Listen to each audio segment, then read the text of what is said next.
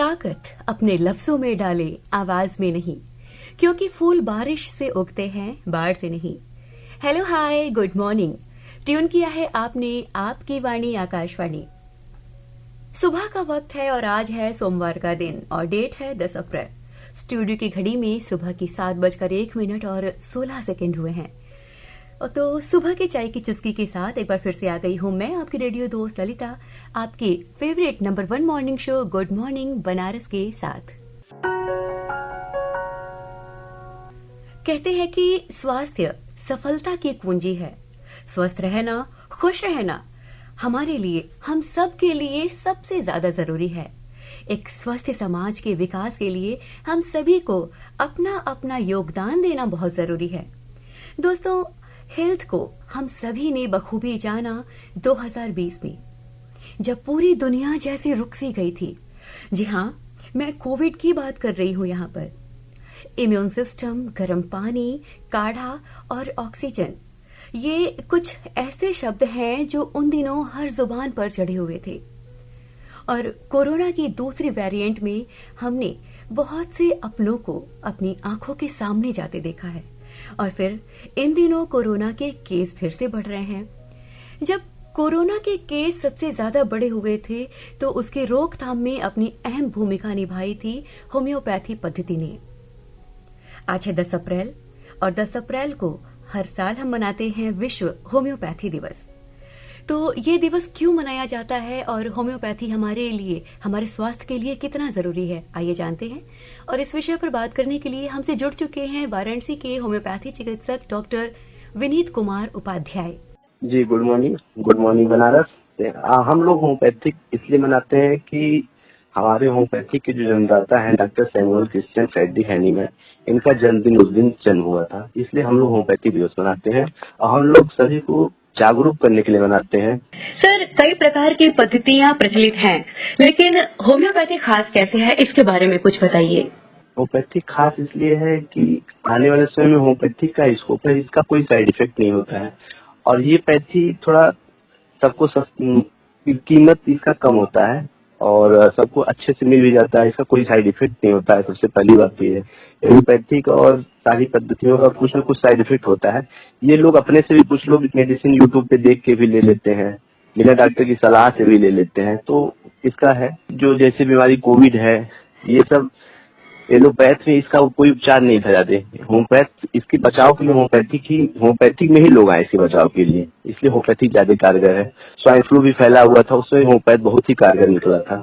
जी, corona के बाद भी इसके कई वेरिएंट आए जिससे कि लोग बहुत परेशान हुए, तो इसमें होम्योपैथी कितना कारगर रहा?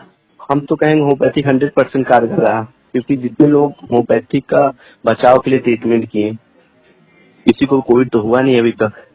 सब लोग जो होम्योपैथी का प्रिकॉशन के लिए जितने भी लोग लिए सब क्योर हैं, अभी किसी को नहीं हुआ। और आने वाले समय में भी हम लोग अभी देख रहे हैं कोविड का केस जैसा लग रहा है कि जो भी है सिम्टम्स आ रहे हैं, कोरोना के केस इन दिनों बनारस में बढ़ रहे हैं। जी बढ़ रहे हैं, लेकिन होम्योपैथी में हम लोग सबको देते हैं। जो भी पेशेंट आते हैं उनको हम लोग प्रिकॉशन के लिए दवा जरूर दे देते हैं। जी, और ये बहुत कारगर होते हैं।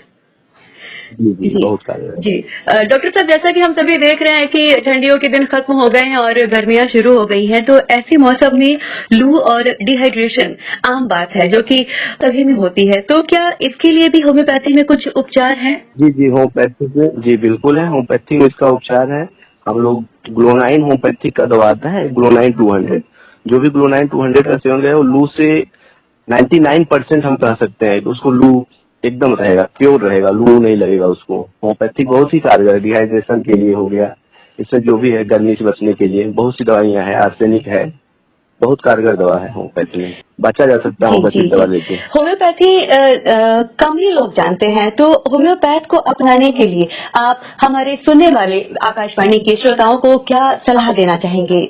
ऐसा नहीं है कम ही लोग जानते हैं होम्योपैथिक का ट्रीटमेंट। इसमें पूरे वर्ल्ड में ज्यादा लोग होम्योपैथ की तरफ रुझान है इसका लोगों का। होम्योपैथिक हम लोग जागरूकता दिवस इसीलिए मनाते हैं हम लोग, होम्योपैथी का रुझान थोड़ा और बढ़े लोगों में, ऐसा नहीं है। और होम्योपैथी का ट्रीटमेंट एकदम सेफ है, हम कह सकते हैं।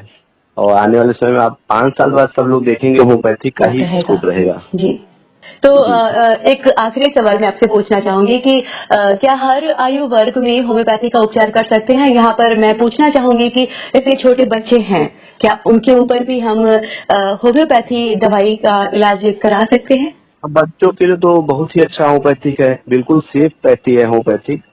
इसका ट्रीटमेंट दिया जा सकता है, बच्चों के लिए काफी कारगर है।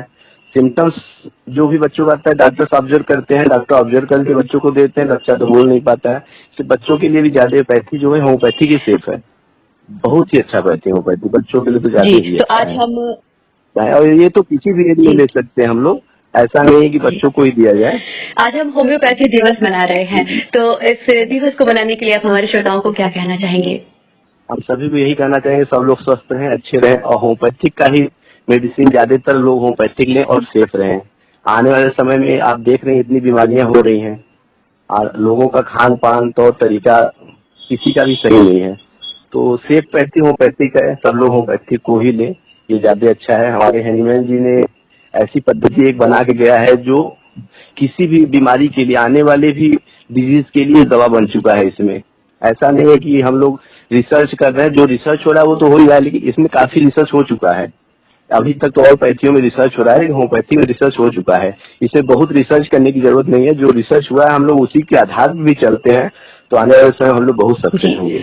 हम भी इसलिए हम सबको यही कहेंगे, सब लोग सेफ रहें और स्वस्थ रहें। और आपसे बात करके हमको बहुत अच्छा लगा कि आप हमारे अपने चैनल पर हमको बुलाएं और लोगों को जागरूक कर रहे हैं होम्योपैथिक के लिए, ये बहुत ही अच्छा लगा। धन्यवाद सर, आप हमसे जुड़े और इतनी महत्वपूर्ण जानकारी आपने हमारे श्रोताओं को दी, और हमसे जुड़ने के लिए आपको भी बहुत बहुत धन्यवाद। आपका दिन शुभ हो। नमस्कार सर। नमस्ते।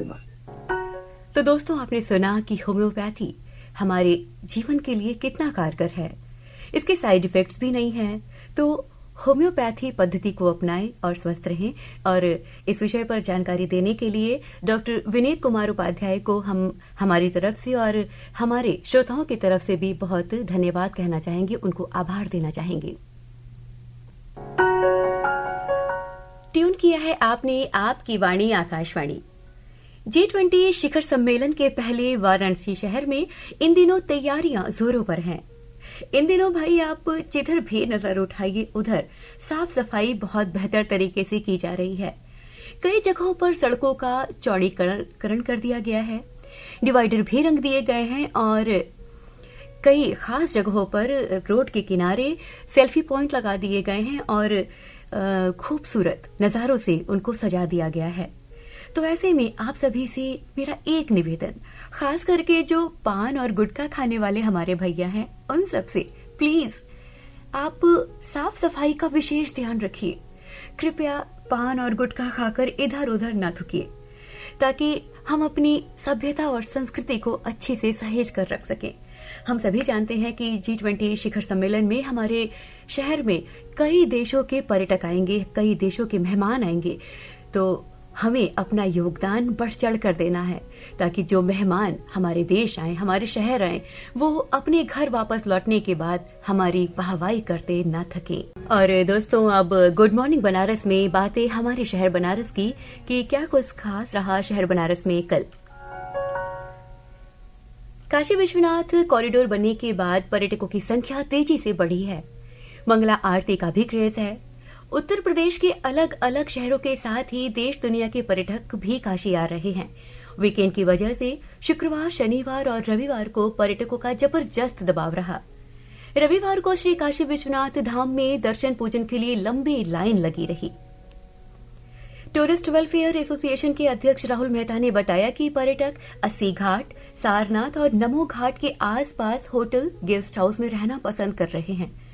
बनारस होटल एसोसिएशन के अध्यक्ष गोकुल शर्मा ने बताया कि घाट किनारे होटल मिलना तो बहुत मुश्किल हो गया है। काशी आने वाले पर्यटकों की पहली प्राथमिकता गंगा के किनारे होटल में ठहरना है।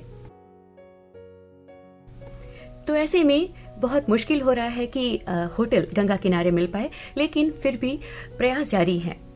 बढ़ते हैं अगली खबर की तरफ। ज्योतिष व कर्मकांड की महत्ता प्राचीन काल से ही बनी हुई है। वर्तमान दौर में ज्योतिष के प्रति लोगों का रुझान और भी बढ़ा है। इसे देखते हुए अपर मुख्य सचिव डॉक्टर सुधीर एम बोबडे ने संपूर्णानंद संस्कृत विश्वविद्यालय के ज्योतिष विभाग से सेंटर ऑफ एक्सीलेंस के तहत प्रस्ताव मांगा ताकि ज्योतिष व कर्मकांड में सर्टिफिकेट डिप्लोमा कोर्स भी शुरू हो सके।